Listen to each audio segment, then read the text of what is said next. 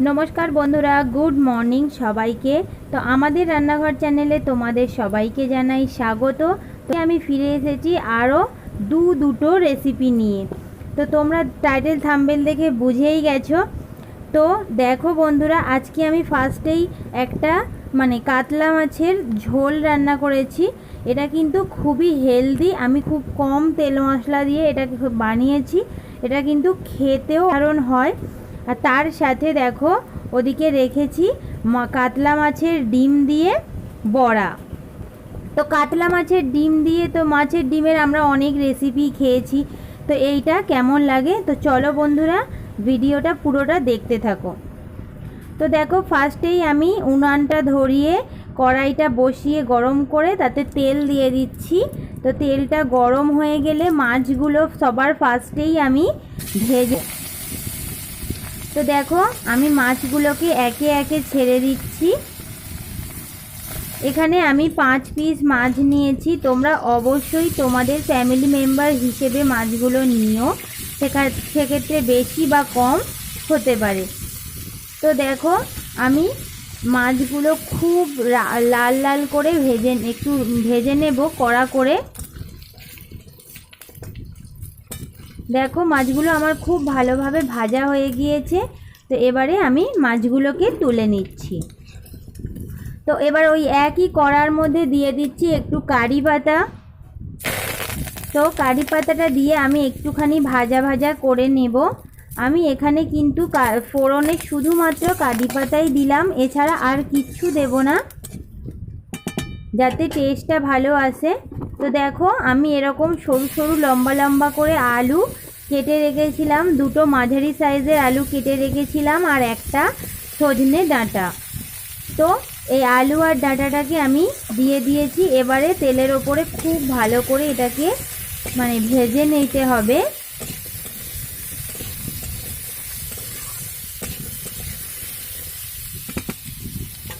তো দেখো বন্ধুরা আলু আর ডাঁটাটা একটু ভাজা হয়ে গিয়েছে। তো এবার এর মধ্যে আমি কিছু পেঁয়াজ কুচি দিয়ে দিচ্ছি। তো আমি কিন্তু দেখো আমি কিন্তু আলাদাভাবেই কিছু দিলাম না, সবই এর ওপরে দিয়ে দিচ্ছি টমেটো কুচি। তো আমি কিন্তু সব এই আলু আর ডাঁটার সাথে একসাথেই দিয়ে দিচ্ছি, আলাদাভাবে কিন্তু আমি কোনো রকম মশলা কষাচ্ছি না। তো আলু আর ডাঁটাটা আমি এই আলু আর ডাঁটার সাথে আমি মানে পেঁয়াজ আর টমেটোটা দিয়ে দিলাম, দিয়ে আরও খানিকক্ষণ ভাজা ভাজা করে নেব। তো এবার এর মধ্যে আমি কিছু হলুদ গুঁড়ো, নুন আর একটু দিয়ে দিচ্ছি জিরে গুঁড়ো,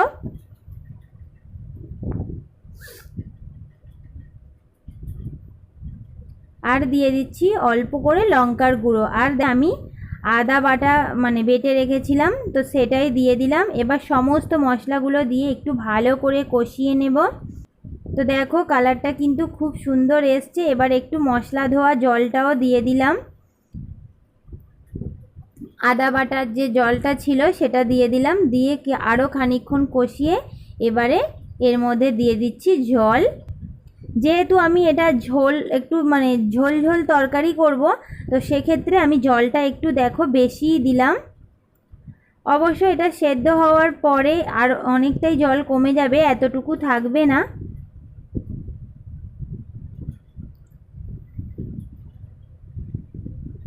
তো দেখো ঝোলটা ফুটতে শুরু হয়ে গিয়েছে। এবারে আমি ভেজে রাখা মাছগুলো একে এক ওর মধ্যে দিয়ে দেব। তোমরা অবশ্যই বন্ধুরা এইটা বাড়িতে বানিয়ে দেখো, তোমাদের আশা করি ভালো লাগবে। তো দেখো আমি মানে মাছগুলো দিয়ে এবারে খানিকক্ষণের জন্য এটাকে ঢেকে রেখে দেব। এদিকে দেখো বাটির মধ্যে আমি নিয়েছি কিছুটা মাছের ডিম, তো যেটা দিয়ে আমি বড়া বানাবো। তার মধ্যে দিয়ে দিচ্ছি পেঁয়াজ কুচি, দিয়ে দিচ্ছি নুন, হলুদের গুঁড়ো আর অল্প একটু জিরে গুঁড়ো। তো দিয়ে দিচ্ছি অল্প একটু লঙ্কার গুঁড়ো আর দিয়ে দিচ্ছি কর্নফ্লাওয়ার। তোমরা চাইলে এখানে কিন্তু কর্নফ্লাওয়ারের পরিবর্তে বেসনও ব্যবহার করতে পারো, অসুবিধে কিছুই হবে না। তো দেখো আমি কিছুটা কর্নফ্লাওয়ার দিয়ে নিলাম। তো এবারে খুব ভালোভাবে এটাকে মেখে নিতে হবে। আগে আমি শুকনো অবস্থাতেই মেখে নিচ্ছি, যদি পরে জল লাগে অবশ্যই দেব। আমরা তো বড়া অনেক রকমভাবেই খেয়েছি বন্ধুরা, যেমন মানে ডিমের বড়া, ডিমের টক খেয়েছি, মানে ডিম দিয়ে বিভিন্ন রকম তরকারি খেয়েছি। তো এইভাবে বড়া বানিয়ে কে কে খাও আমাকে অবশ্যই কিন্তু কমেন্টে জানিও। আর আমার এই রেসিপিগুলো তোমরা অবশ্যই বাড়িতে একবার বানিয়ে দেখো, আশা করি ভালো লাগবে। তো দেখো আমার কিন্তু একটু শুকনো ছিল বলে আমি অল্প একটুখানি এর মধ্যে জল অ্যাড করেছি। তো দেখো আমি এরকম একটা ঘনত্বের মানে ডোটা তৈরি করে নিয়েছি। তো চলো আমি ওদিকে দেখি তরকারিটা কত দূর কি হলো। তো দেখি ঢাকনাটা খুলে তরকারিটা হয়ে গেল নাকি। তো দেখো তোমরা দেখেই বুঝতে পারছো ঝোলটা অনেকটাই শুকিয়ে গিয়েছে আর আলুগুলোও কিন্তু খুব ভালো করে সেদ্ধ হয়ে গিয়েছে। তো চলো বন্ধুরা এবার এটাকে ঢেলে নিই। তো দেখো ঢালার পরে কত সুন্দর দেখতে হয়েছে, একেবারে হেলদি একটা ঝোল। তোমরা অবশ্যই বাড়িতে বানিয়ে দেখো। তো দেখো আমি আবারও কড়াইটায় গরম করতে দিয়ে দিয়েছি তেল, আর এবারে ওই বড়াগুলো অল্প অল্প করে দেখো এইভাবে দিয়ে দেখো আমি সমস্ত বড়াগুলো ছেড়ে দিয়েছি। এবারে এক পিঠ আলতো করে এটাকে উল্টে দেব। এই বড়াগুলো কিন্তু গরম গরম ভাতের সাথে বা শুধুই বলো কিন্তু খুব ভালো লাগে। তোমরা অবশ্যই বাড়িতে একবার বানিয়ে দেখো।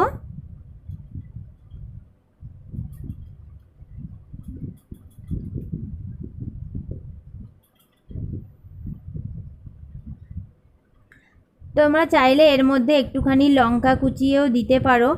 আমি মানে বাচ্চা আছে তো আমার বাড়িতে, তোমরা সবাই জানো, তাই আমি এক্ষেত্রে লঙ্কাটা দিলাম না। এর মধ্যে লঙ্কা কুচিয়ে দিতে পারো, ভালো লাগবে খেতে। আমি অবশ্যই একটুখানি মানে গুঁড়ো লঙ্কা দিয়েছিলাম এর মধ্যে। তো দেখো কথা বলতে বলতে আমার কিন্তু বড়াগুলো কিন্তু খুব সুন্দরভাবে ভাজা হয়ে গিয়েছে। তো চলো বন্ধুরা এটাকেও তুলে নিই।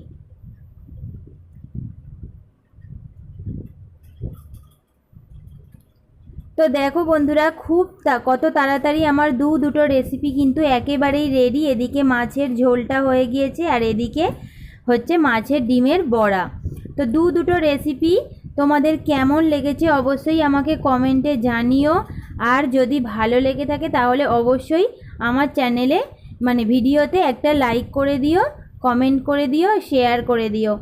আর আমার চ্যানেলটাকে সাবস্ক্রাইব করে পাশে থাকা বেল আইকনটিটাকে অবশ্যই আমার পাশে থেকো, আমাকে সাপোর্ট করো। তো আজকের ভিডিওটা এই পর্যন্তই রাখছি, ফিরে আসছি আরও একটা নতুন রেসিপি নিয়ে।